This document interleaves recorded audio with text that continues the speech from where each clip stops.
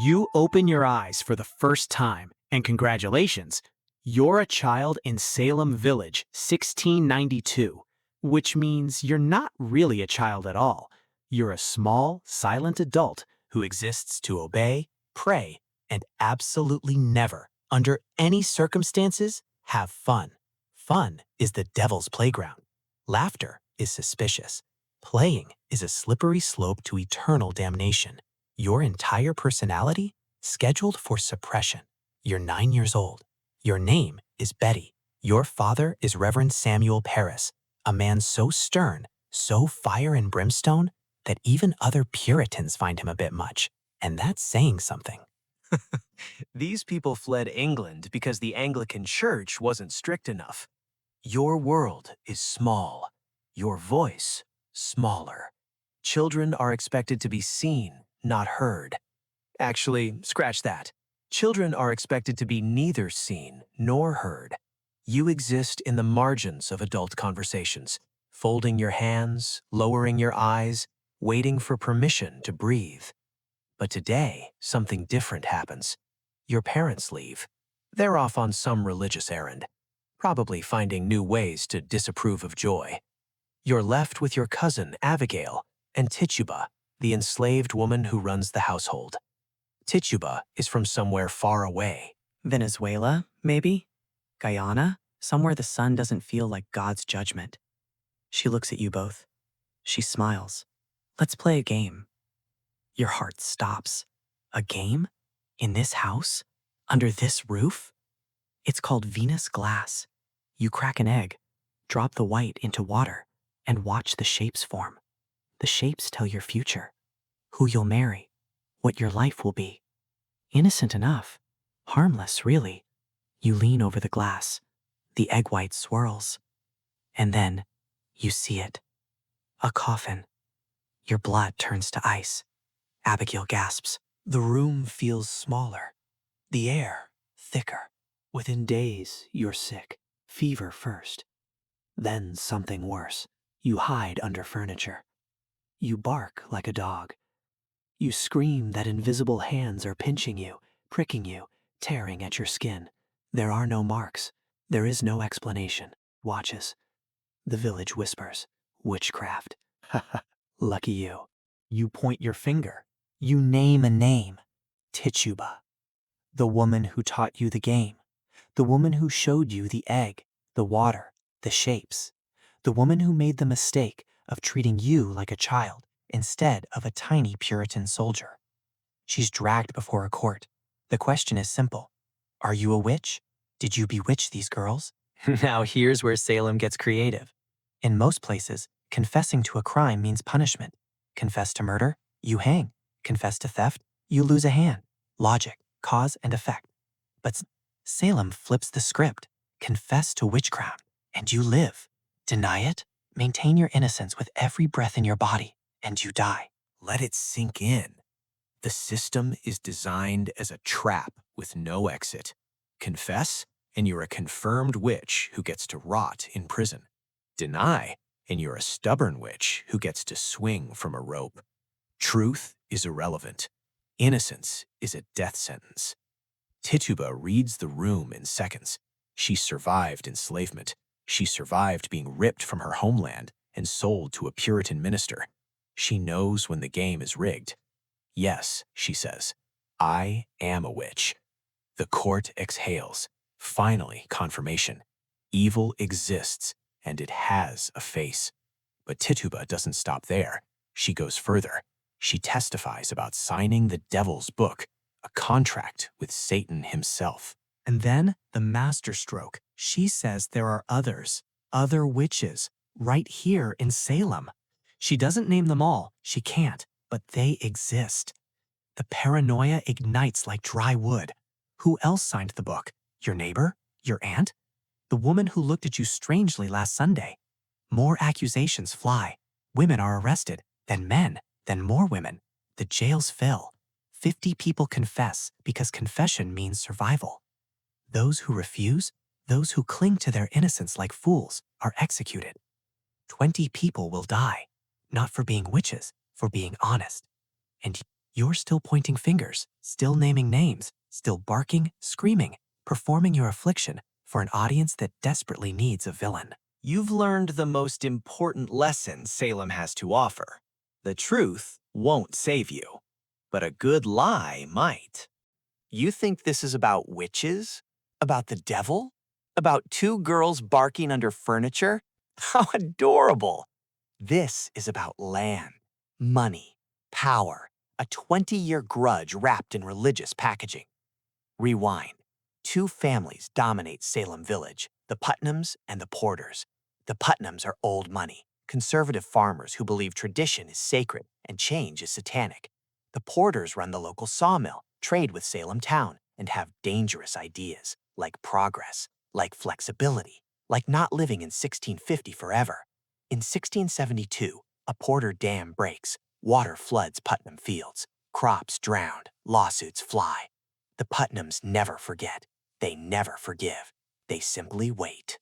For 20 years, these families circle each other like wolves. Every village decision becomes a battlefield, every election a war. And then comes the question of the new minister. The Putnams want Samuel Parris. He's stern, he's loud, he's fundamentalist in an era when everyone is already a fundamentalist. The man makes other Puritans look relaxed. The Porters hate him. They think he's pompous, expensive, and extreme. But the Putnams have the votes. 26 council members, 11 of them Putnams, approve Parris. They give him a house, a barn, 2 acres of land. The Porters respond with financial warfare. They vote down the tax levy that pays Parris' salary. No money, no minister. Checkmate. Or so they think. By late 1691, Parris is desperate. His income is frozen. His enemies are winning. His position is crumbling. And then, a miracle. His daughter starts screaming about witches. Suddenly, the village isn't debating budgets anymore. They're hunting evil. And guess who controls the hunt? Thomas Putnam files 12 legal complaints. He testifies against 24 accused witches.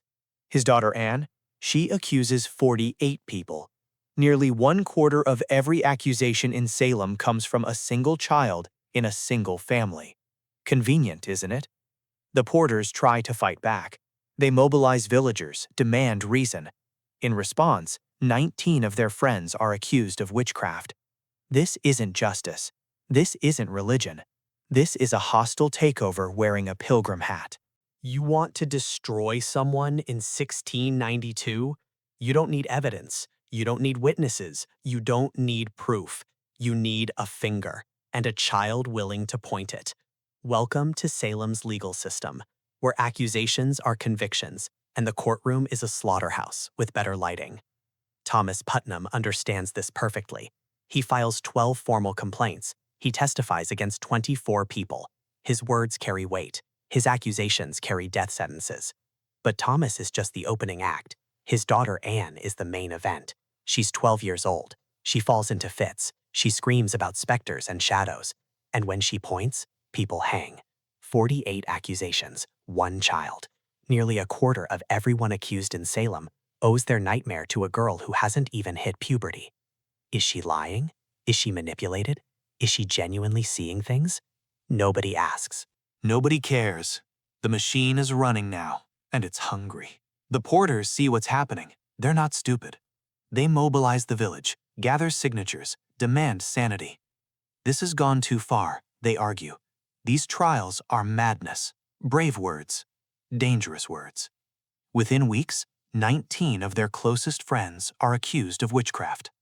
Message received. Some historians believe Parris and the Putnams coached the girls, whispered names into young ears, taught them which neighbors to target, which enemies to eliminate.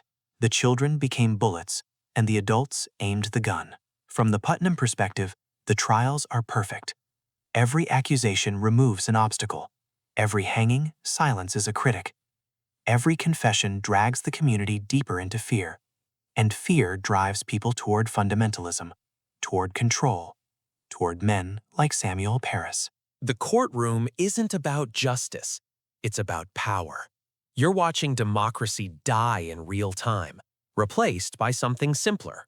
Point and shoot. And if you're not pointing, if you're standing still, trying to stay neutral, hoping the storm passes, don't worry. Someone will point at you soon enough.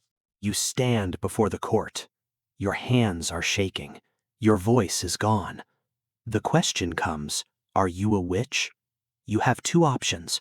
Both are traps. Option 1, confess. Admit you signed the devil's book, danced in the forest, hexed your neighbors. You'll live, but you must name others. Feed the machine. Become the finger that points, the mouth that accuses, the cog that keeps the slaughter spinning. Option 2, deny. Tell the truth. Swear on everything holy that you are innocent, that you have never practiced witchcraft, that this is madness. They will hang you anyway. 19 people choose option 2. 19 people die with the truth on their lips. One man, Giles Corey, refuses to even enter a plea. They press him with stones. Heavy rocks piled on his chest for 2 days. His last words? More weight. 80 years old, crushed to death. For silence. There is no evidence required in Salem. No burden of proof. No presumption of innocence. A pointed finger is a verdict. A child's scream is an execution order. The legal system isn't broken. It's working exactly as designed. It was built to convict, not to judge. Over 200 people are accused. Entire families are destroyed. Reputations built over lifetimes evaporate in a single afternoon.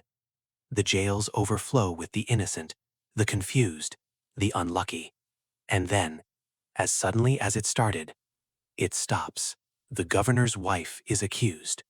Suddenly, the people in power realize the machine has no loyalty. It eats everyone. The trials are suspended. The courts close. The surviving accused are quietly released. No apologies, no accountability, just silence. Salem becomes a cautionary tale, a symbol of mass hysteria, a warning about fear, power, and the danger of unchecked accusation. But you don't get to be a symbol. You don't get to be a lesson. You're just dead, hanged from a tree, because a child said your name. You were never a witch. You were just in Salem.